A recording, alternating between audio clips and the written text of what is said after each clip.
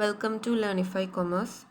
ഇനി നമ്മൾ +2 മൈക്രോ എക്കണോമിക്സിലെ മൂന്നാമത്തെ ചാപ്റ്ററായ പ്രൊഡക്ഷൻ ആൻഡ് കോസ്റ്റിലെ ഇമ്പോർട്ടൻറ്റ് ക്വസ്റ്റ്യൻസ് ആണ് ഡിസ്കസ് ചെയ്യാൻ പോകുന്നത്.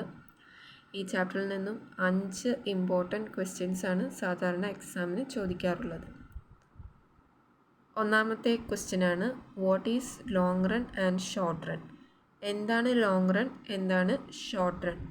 ഇതൊരു 2 മുതൽ 4 മാർക്കിന് വരെ ചോദിക്കാവുന്ന ഒരു ക്വസ്റ്റ്യൻ ആണ്.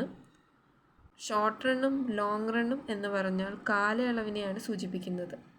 ഷോർട്ട് റൺ എന്ന് പറയുമ്പോൾ ഒരു ചെറിയ കാലയളവ്, ലോങ് റൺ എന്ന് പറയുമ്പോൾ ഒരു വലിയ കാലയളവ്. ചെറിയ കാലയളവിൽ ഫേമിന് ഔട്ട്പുട്ട് വർദ്ധിപ്പിക്കാൻ വേണ്ടി എല്ലാ ഇൻപുട്സും ഇൻക്രീസ് ചെയ്യാൻ പറ്റിയെന്ന് വരില്ല. For example land, capital, organisation ഇവയൊക്കെ ഫിക്സഡ് ഇൻപുട്ടുകളാണ്. ചെറിയ കാലയളവിൽ ഇൻക്രീസ് ചെയ്യാൻ കഴിഞ്ഞെന്ന് വരില്ല. അതിനെയാണ് ഷോർട്ട് റൺ എന്ന് പറയുന്നത്. ഇനി ലോങ് റൺ എന്ന് പറയുമ്പോൾ കുറച്ച് ടൈം കിട്ടുവാണെങ്കിൽ ഫേമിന് എല്ലാ ഇൻപുട്ടുകളും വർദ്ധിപ്പിക്കാനായിട്ട് സാധിക്കും. ഇതിനെയാണ് ലോങ് റൺ എന്ന് പറയുന്നത്. അങ്ങനെ എല്ലാ ഇൻപുട്ടുകളും വർദ്ധിക്കുമ്പോൾ ഔട്ട്പുട്ട് ഇൻക്രീസ് ചെയ്യാനും പറ്റും.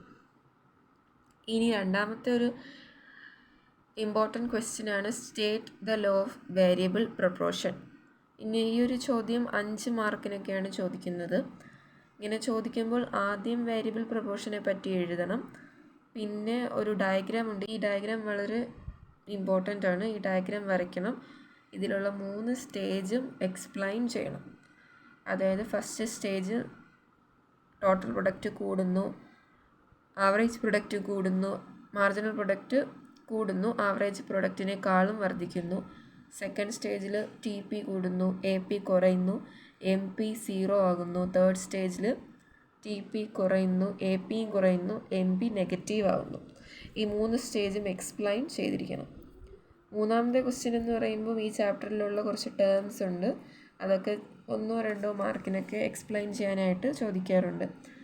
ഐസോകോൺസ്, marginal cost, TFC, TVC, TC ഇതൊക്കെ അങ്ങനെ ചോദിക്കാവുന്ന ചോദ്യങ്ങളാണ്.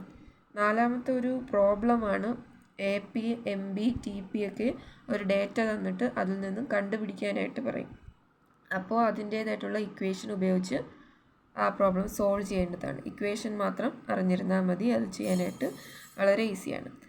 ഇനി അഞ്ചാമത്തെ ക്വസ്റ്റ്യനാണ്.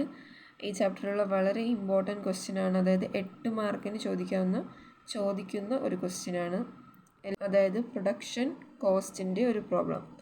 ഔട്ട്പുട്ടും TCയും അല്ലെങ്കിൽ ഔട്ട്പുട്ടും TFCയും TVCയും തന്നിരിക്കും. എന്നിട്ട് AFC, ABC, SAC, SMC ഒക്കെ ഇക്വേഷൻ ഉപയോഗിച്ച് നമ്മൾ കണ്ടുപിടിക്കണം. ഈ പ്രോബ്ലം ആക്ച്വലി വളരെ ഈസിയാണ്. നമ്മൾ ഇക്വേഷൻ മാത്രം പഠിച്ചിരുന്നാൽ മതി. ഈ ഇക്വേഷൻസ് എല്ലാം പഠിച്ച് ഈ കണക്ക് എഴുതിയതിന് ശേഷം ഗ്രാഫ് വരയ്ക്കുക കൂടെ ചെയ്യുമ്പോൾ 8 മാർക്ക് ഈസി ആയിട്ട് കിട്ടും. ഇനി ഔട്ട്പുട്ടും TCയും മാത്രമാണ് തന്നിരിക്കുന്നതെങ്കിൽ നമുക്ക് TFC കണ്ടുപിടിക്കാൻ വളരെ ഈസി ആയിരിക്കും. കാരണം ഔട്ട്പുട്ട് 0യിലാണ് തുടങ്ങുന്നതെങ്കിൽ TVCയും 0 ആയിരിക്കും. TVCയുടെ ഫസ്റ്റ് വാല്യൂയും 0 ആയിരിക്കും. അങ്ങനെ വരുമ്പോൾ TCയുടെ ഫസ്റ്റ് വാല്യൂ എന്തായിരിക്കും? TFC ആയിരിക്കും. TFC പിന്നെ ത്രൂ ഔട്ട് യൂണിഫോം ആയതുകൊണ്ട് നമുക്ക് ആ ഫസ്റ്റ് വാല്യൂ എഴുതാൻ സാധിക്കും. Because TC = TFC + TVC. ഇത്രയുമാണ് ഈ ചാപ്റ്ററിലുള്ള ഇമ്പോർട്ടൻറ്റ് ക്വസ്റ്റ്യൻസ്, ഷുവർ ക്വസ്റ്റ്യൻസ്.